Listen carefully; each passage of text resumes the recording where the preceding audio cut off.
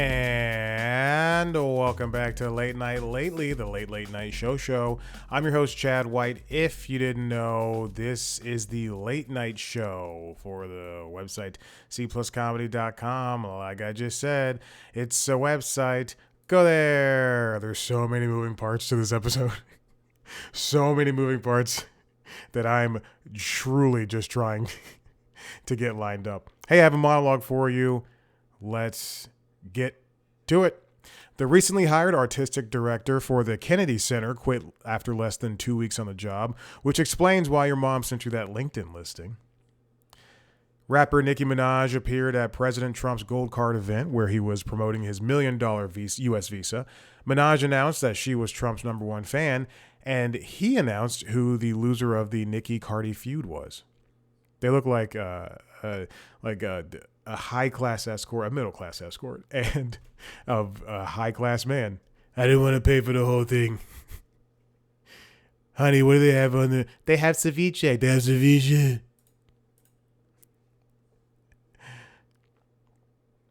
The man who used a syringe to spray apple cider vinegar on Minnesota U.S. Representative Ilhan Omar has been charged with assault and unwarranted help with lowering Omar's blood pressure. Oh, no. Sorry, something was up that shouldn't have been up. A man tried to break healthcare CEO shooter Luigi Mangione out of jail with a pizza cutter, and I guess the question mark block didn't give him the fire flower that he really needed. I spent so long writing that one. Melania Trump's documentary premiered today and has also retroactively won the Golden Globe for Best Documentary, has been nominated for an Oscar, and is getting rave reviews as it portrays the heart and soul of the Trump family, displaying Melania as a woman of wit character. And I'm just kidding. The movie is bombing critically and is even being pulled from theaters in South Africa. And yes, it's for political reasons. That's like the guy getting broken up with on the day of his wedding because of how he acted at the bachelor party the night before. Oh, it's because I had sex with that stripper in our bed in front of you? Okay, I totally understand. The Melania doc premiered this week at the Kennedy Center, featuring a who's who of a guest list. Defense Secretary and Wine of the Month subscriber 10 times over, Pete Hegseth. Administrator of the Centers for Medicare and Medicaid, and guy who definitely left something in you during a surgery, Dr. Mehmet Oz, excuse me. Homeland Security Secretary, and banned from every local animal shelter, Kristi Noem. Even Melania's seldom seen father, Victor Navs, the embodiment of the word harumph, was there. Side note, Victor, Melania's father, is 81 years old, which is only 2 years older than Trump, and I did not even know that was a category. The Melania documentary was financed by Amazon founder and juiced up Mr. Clean Jeff Bezos, who spent a reported $75 million on it. Known sexual assaulter and real-life version of Remy the Rat, director Brett Ratner took the helm, and 2/3 of the New York crew asked to have their names removed from the credits, so you know it's a banger. There's porn on the internet with a bigger IMDb section. There's even probably a video that has a name similar to bigger IMDb section. Bigger BBC section? I don't know. There's something for everybody. And that's all the jokes I have for you today. Whew. I was unsure I got everything lined up correctly. I had everything lined up correctly. I'm very proud of myself for if you watch the video, you see things. I think it was like a 95% hit rate. Shut up. All right. Let's get into this week in the late night. It was just another week going through. I believe Colbert announced his end date, which is sometime in May, mid-May, and he says he's not over it is not the word, but he is, he's dealt with it and everything, and I don't think we'll hear from him after the end of the show for a little bit. And we don't need to hear from somebody whose show is coming to an abrupt end. We don't need to deal with that at this point in time. Let this man sulk and feel bad because his show's taken away from him. This week on Late Night on The Tonight Show, we saw Pete Davidson talking about his kid. He's got a haircut. Zoran Mondani showed up, and Paris Hilton was there as well. Don Toliver performed. I was listening to that Don. Just a side note, I was listening to the Don Toliver record at the new record that came out today at the gym, and it was I've heard his music, and I'm fine with it. And then I thought, because I hadn't listened to a Don Toliver thing in such a long time. But I did have to turn it off halfway through because there was a point where I just need a little bit more motivation. So I turned on a power ballads playlist. Last night I made a power ballads playlist. It's called Ballads of Power. It's got everybody on it. Foreigner, Aerosmith, Whitney, Celine. Oh my gosh. You never heard Alone by Heart and you started you were using the ski erg a little bit faster? Sitting on the Echo bike like I want to dance with somebody. Okay. Kevin James is there as well. Dove Cameron too. She's engaged? Oh, I thought I had a chance. Tyler was there performing a song. Kendall Jenner. Rob Gronkowski, Holly Humberstone, who is somebody I only heard of because of NPR Music. It pays investing. Liam Neeson, Patrick Dempsey, Reggie Miller, and Nick Thune performed stand-up. On Late Night with Seth Meyers, we had... Let's see, hold on. Chris Hayes, Bob the Drag Queen. There's another at this point in the broadcast, which was... quite frankly, the longest at this point in the broadcast I think I've ever seen. There might be longer ones. Colbert stopped by for an interview. Mark Shaman, Dennis Leary, Jamie Demetriou, and Allison Oliver and Joel McHale. On Jimmy Kimmel Live, we had Yahya Abdul-Mateen talking about the Wonder Man show that's on Disney Plus. Margot Robbie, Jacob Elordi. There was an episode I skipped. Jason Isbell in the 400 unit because Jimmy cried again. Niecy Nash Betts, Nate Bargatze, Joe Scarborough, Kaylee Cuoco, Kermit the Frog, and the Format. And I'm sure the Kermit the Frog comments are so nice. And they love the voice actor who was changed like 10 or 15 years ago. I'm sure they're so kind. I love the Muppets, so I have no issue with it. As long as you capture the spirit of Kermit the Frog, we're good. On Colbert's show, The Late Show, we had The War and Treaty perform, and then Josh Shapiro was there. They had another Meanwhile segment. They had Sam Rockwell, George Saunders, another Meanwhile, a Bad Bunny Colbert questionnaire that they broke into two parts for some curious reason.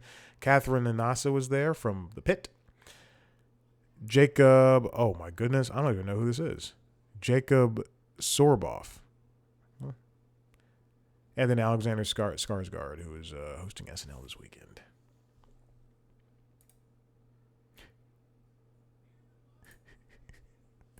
Sorry, I'm looking at a work email.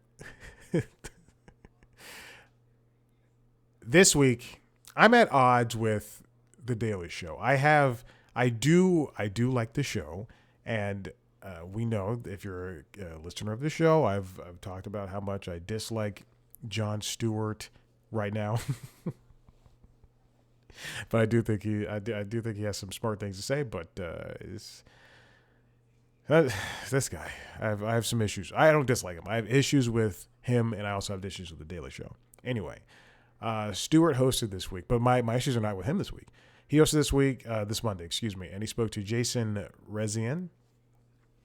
And then Desi Leidick took over hosting duties for the rest of the week, and she spoke to Michael Urie, Mikey Sherrill, let's see, who I didn't know is a billionaire, I think. Isn't that Mikey Sherrill? Sherrill's a billionaire, or is it the other one? Anyway, doesn't matter. And Catherine Lanasa. And then we also had appearances by Grace Kludenschmidt and Ronnie Chang and Michael Costa. And who else? I think that might be it. Now, my issue this week with The Daily Show is they have these, in my opinion, segments, and they feature people typically who stood in as guest hosts before John came back and after the Daily Show, or excuse me, Comedy Central decided not to go with any combination of Desi Lydic and Roy Wood Jr. Or anybody. Obviously Hassan was supposed to take over the show, and then he got in trouble, and then that didn't happen. But anyway, it's usually, in my opinions, were like John Leguizamo and Leslie Jones and again, seat sniffer and friend to MAGA comedians, Charlemagne the God. But this week it featured Whitney Cummings, a comedian who, for some reason during the pandemic, changed her tune. And maybe this is like a long time coming, and Cummings and we just never saw that. We never saw it because we weren't paying attention to her, because we were, she had lost her luster.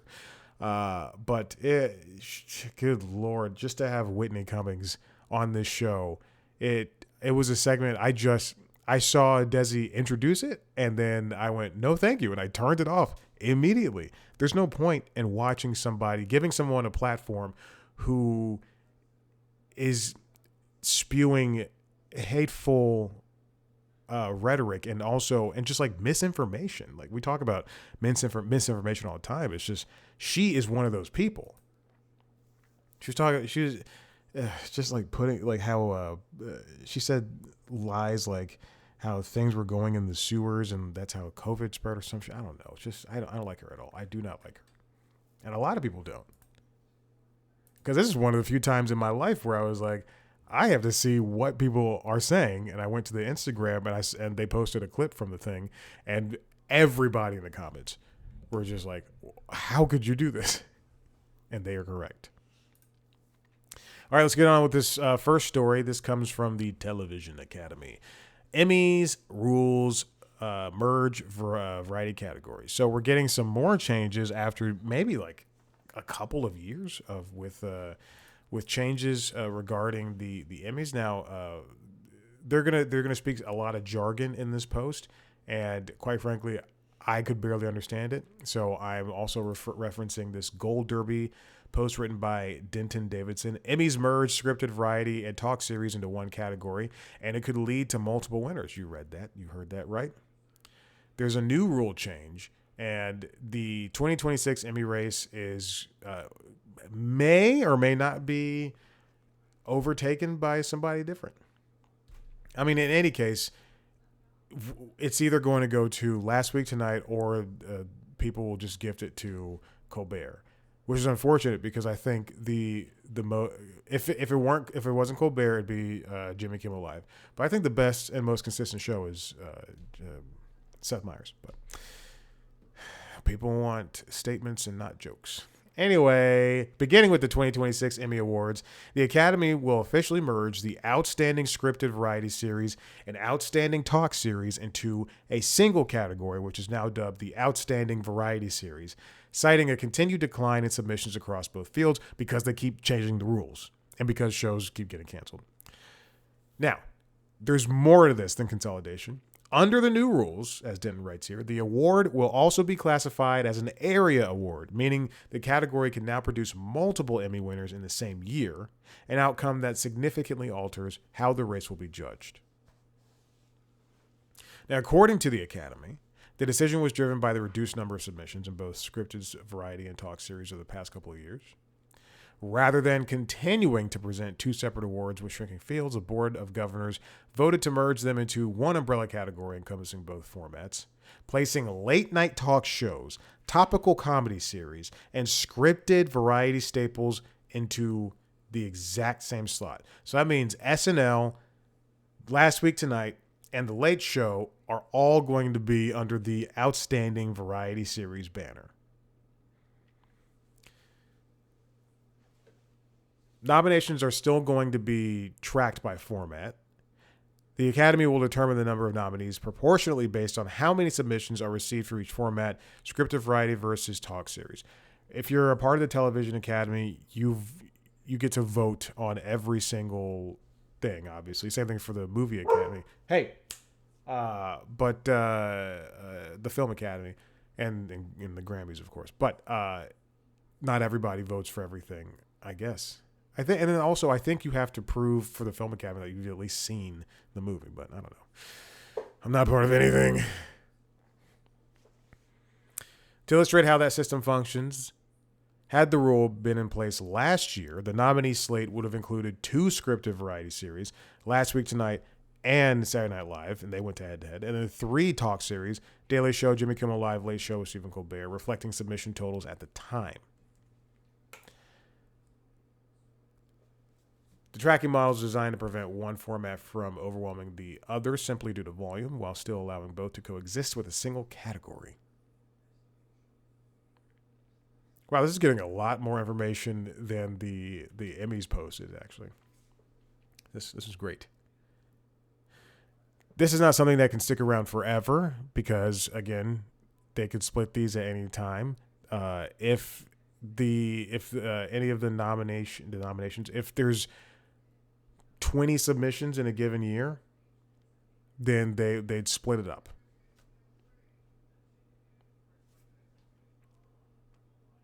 The biggest change, multiple Emmy winners are now possible. Perhaps the most dramatic update for 2026 is a decision to classify Outstanding Variety Series as an area award. Now, this is very important. We could see multiple speeches in one night for one category. I wonder how that would work, because I don't think I've ever seen an area award. Nominees are judged individually rather than competitively. Instead of selecting a single winner, Emmy voters must answer one question for each nominee. Does this nominee merit an Emmy?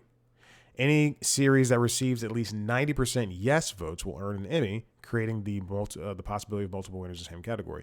So realistically, if you're an Emmy voter and you're a fan of all 5 of those shows, Kimmel, Colbert, Last Week Tonight, Saturday Night Live, The Daily Show, then you could vote yes on 4 out of 5 or 5 out of 5. And the ones that have 90% can win.